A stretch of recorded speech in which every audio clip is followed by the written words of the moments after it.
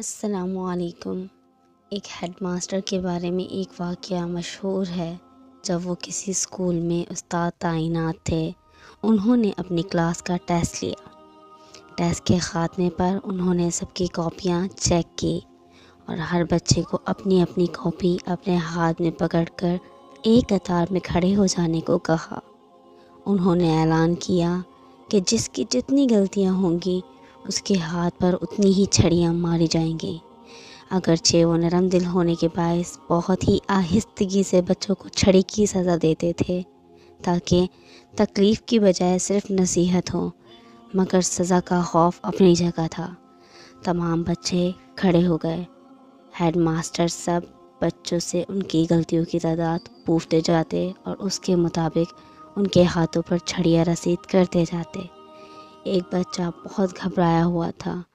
جب وہ اس کے قریب پہنچے اور اس سے غلطیوں کی بابت دریافت کیا تو خوف کے مارے اس کے ہاتھ سے کاپی گر گئی اور گھگیاتے ہوئے بولا، جی مجھے معاف کر دیں، میرا تو سب کچھ ہی غلط ہے۔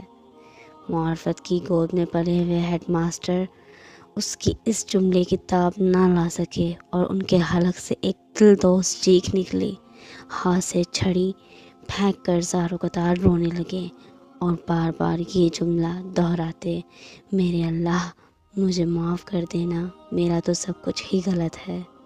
روتے روتے ان کی ہچکی بن گئی۔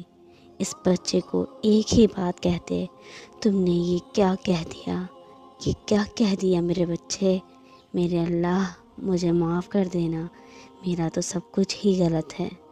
اے کاش ہمیں بھی معرفت الہی کا ذرہ نصیب ہو جائے اور بہترین اور صرف اللہ کے لیے عمل کر کے بھی دل اور زبان سے نکلے، میرے اللہ مجھے معاف کر دینا، میرا تو سب کچھ ہی غلط ہے۔ ویڈیو کو اپنے دوستوں کے ساتھ بھی ضرور شیئر کریں۔